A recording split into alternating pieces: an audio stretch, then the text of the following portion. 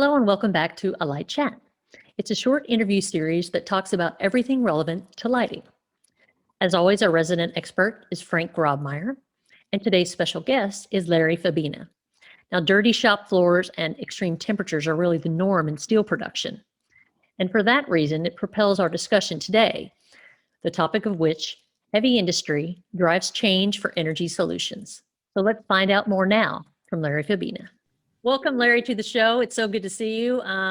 We're excited to be talking with you today, both Frank and I, because you have such an interesting job, especially in an industry that we don't know as much about as we would like to, hence why we're talking to you today. So if you could tell us a little bit about your role for Cleveland Cliffs and really the role and responsibilities day to day. Sure, I'd be glad to. Yeah, I've been in the steel business for 47 years, and it's been fun the whole time I've been in the business, for sure. And I started out right out of college and ran operations from making of steel and casting of steel to rolling of plate.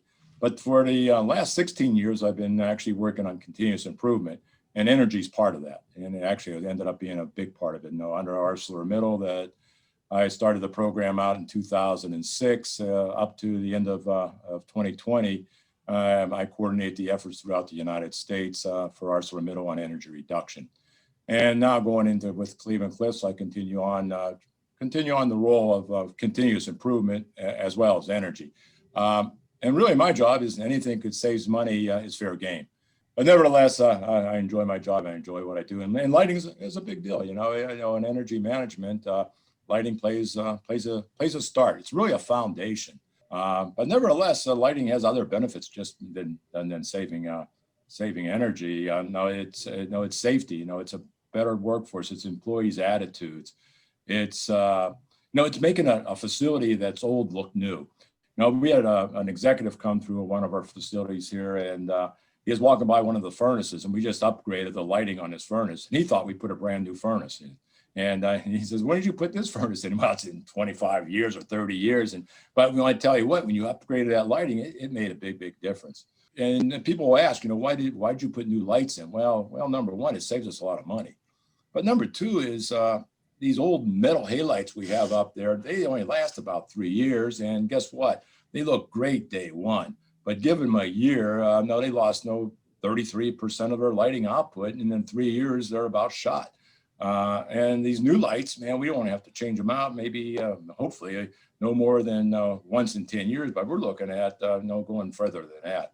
So yeah, lighting's a good deal to actually kick off an energy management program and get people thinking about energy reductions elsewhere. If I'm remembering correctly, Burns Harbor has like 2 giant, enormous blast furnaces. It's dirty environments.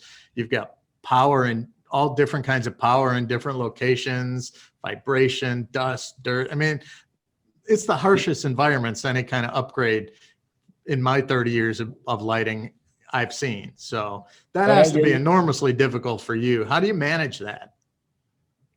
By buying good fixtures, Frank. Great answer. So, yeah, and there's a lot. That's 100% true, because believe it or not, the hardest part of a lighting project is getting the lights installed. It's getting the people's time to get the equipment downtime, because a lot of times you're putting these in a bay where there's cranes going up and down. You're making steel. There's schedules out there, and to try to get time to install 100 fixtures, that's not quick. You got to get them up in the. You're talking you got to get these up in the crane. You got to get scaffolding. You got to get people. You got to get schedules. So the hardest part for me is not buying the lights. It's not getting the lights. It's not even selling the project. It's getting them installed. So I'm looking for this fixture to perform. And yeah, we do have the very difficult areas and atmospheres and climates that they got to live in. And you take a look at a lot of these fixtures, and these fixtures that need to live in these in this atmosphere, and they're expensive. Then it's nothing to throw over $1,000 at a fixture. $1,200, $1,300 bucks.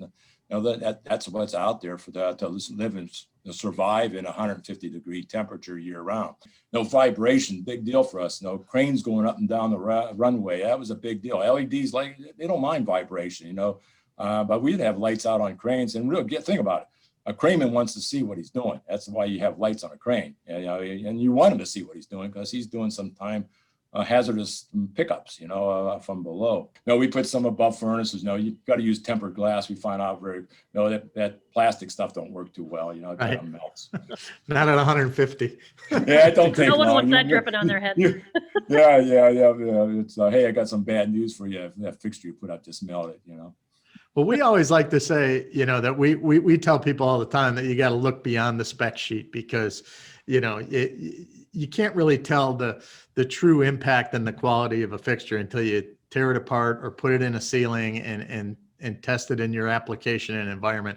I imagine you do a lot of that, one or two in the air first and do all your testing. Yeah, we throw a few up there, and then you get to trust the guys you deal with all the time. There's so many lighting guys out there, but I'm truly looking for from a manufacturer is when I put it up there, I'm not expecting to take it down for more than no, not at all for 10 years, maybe 11 or 12 or 13, but at least I don't want to be messing with that fixture. That's one of the things I'm truly worried about early on as well. You know, I just put in $100,000 of fixtures in a bay, and all at once I get a power surge or dirty power, and next morning I get a call from the manager of that area. Hey, all your lights are burned out, Larry. What are you going to do? Yeah, and I just spent $100,000. So we ended up putting some filters in on the front end, clean up the power protection devices. But a lot of these devices today actually have self-protection right on them, which is kind of cool. But a lot of the ROIs I'm looking at, you know, the cost of putting people up there, it's not as simple as only one guy, you know, putting up a fixture. You know, it takes probably 3 to 4 people to put up a fixture for a safety man, a guy in the crane, a guy up there helping the guy. So now you're talking big bucks when you have 4 people tied up. So the more fixtures you put up, the more money it's costing you. But at the same time, if you only have to do it one time in 10 years, you're saving a lot of labor as well. But when you start looking at the power of some of these LEDs and the light spread of these LEDs, you can get away with using two of the old fixtures for one of the new. So where it used to take you, 40 fixtures to light a facility, with LEDs, you can probably do it with 20 fixtures. Last year, you won the International Energy Manager of the Year Award by the Association of Energy Engineers, and I know you wouldn't brag about it, so I had to bring it up. Yeah, thank you very much. Congratulations. So congratulations. Yeah, I had to win it the year that there was no party. This sucks, man. You know, yeah. And then the hard part, I hate talking in front of a video. I'd rather talk to 1,000 people than talk to a screen. I truly would, right? And the year I win the award, there's no drinks, there's no good dinner, there's no big party. There's me talking to a screen, you know. But yeah, it's probably on YouTube somewhere. Yeah, from the Association of Energy Engineers. And I truly cherish the award.